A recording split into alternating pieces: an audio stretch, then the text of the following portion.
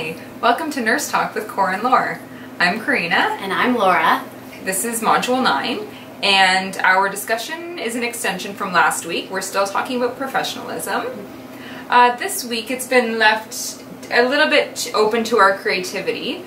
Basically what we need to do is incorporate the standards that we talked about last week from the C&O document on professionalism.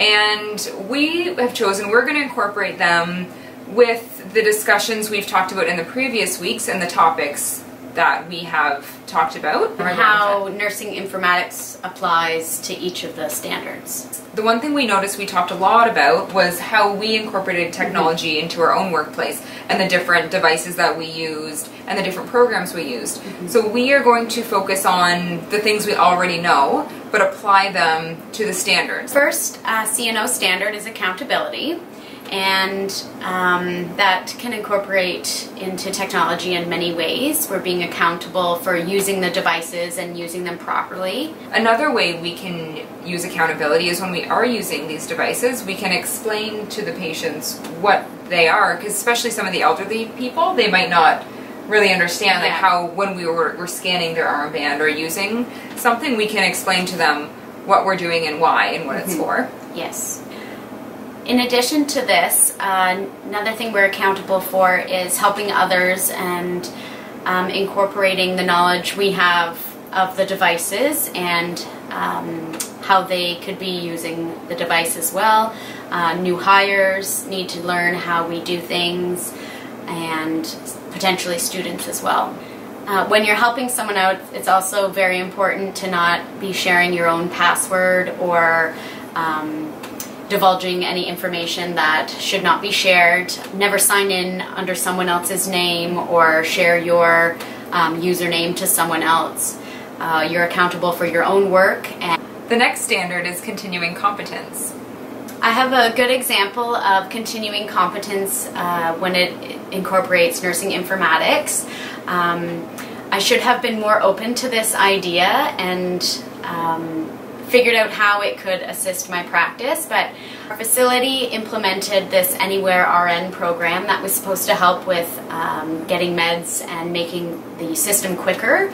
And I was quite opposed to it. I thought, you know, the way we have it is just fine. I don't need to do something new. It takes me more time to log in to the computer and do the process, but realistically, I should have been open to this idea and learned how to incorporate it into my practice, and I owe it to the CNL. Moving on to ethics, the next standard in the document. One way that we can apply this to technology is when we think about the way we're documenting on these systems that we're using. Because these are going to be read by many people, so we want to make sure that our information is honest and accurate, and that we have a professional tone. Yes. The way that we are describing a situation with a patient or a condition of a patient. So that is one way that we can maintain our ethics, is through our documentation, but that also incorporates it to technology. Another way is with privacy and confidentiality. Screens are quite large, and say you're charting in a hallway or something, everyone can see that. So if you get up to answer a call bell or something, always making sure that either you're exiting appropriately, logging out, or turning off the screen so it can't be read. The next standard is knowledge. We're going to talk about knowledge and knowledge application, which is the one after it, kind of together because they're related enough. So we feel that we need to use our knowledge to be able to decipher when something doesn't seem accurate and what to do about it, whether we need to try a different piece of equipment or do something manually. I always try to treat the patient, not the monitor.